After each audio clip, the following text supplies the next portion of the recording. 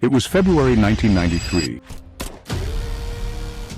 2-year-old James Bulger was out shopping with his mother. His mother, Denise, stopped at the butcher's counter just for a moment. She let go of James's hand, and in that moment, everything changed. Elsewhere in the mall, 2 10-year-old boys, John Venables and Robert Thompson, weren't at school. They were skipping class. As they roamed the mall, they spotted James. He wasn't clinging to his mother anymore. He was standing alone, wandering near the doorway. That was it. They walked up to him calmly. John reached out a hand and said, James, just 2 years old, trusted them. He took John's hand and walked away with 2 boys he'd never met. Over the next 2.5 miles, they walked James across town.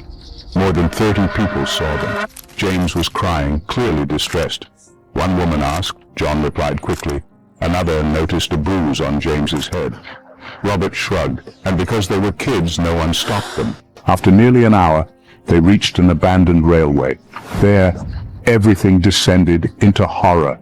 They threw bricks, smeared blue paint in his eyes, forced batteries into his mouth. And then one of them said, using a 22-pound iron bar, they struck him over 10 times. The blows were so severe his skull was shattered. When it was over, they laid his broken body on the train tracks, trying to make it look like an accident. Then they walked away, as if nothing had happened.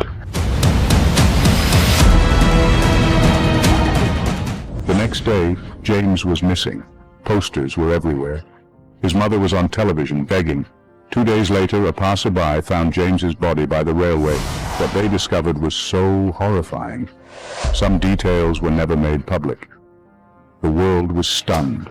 This wasn't a case of a dangerous adult, a predator, or a killer on the loose. This was something almost unimaginable, a child taken and murdered by 2 other children. Police reviewed the footage from the mall. 2 blurry faces, small, young, but unmistakable. A headmaster recognized the boys. Police moved fast. John Venables and Robert Thompson were arrested. At first they denied everything. John cried, but eventually they broke. Each blamed the other, but both confessed. In court, the judge called their actions unparalleled evil. At just 11 years old, they became the youngest convicted murderers in modern British history.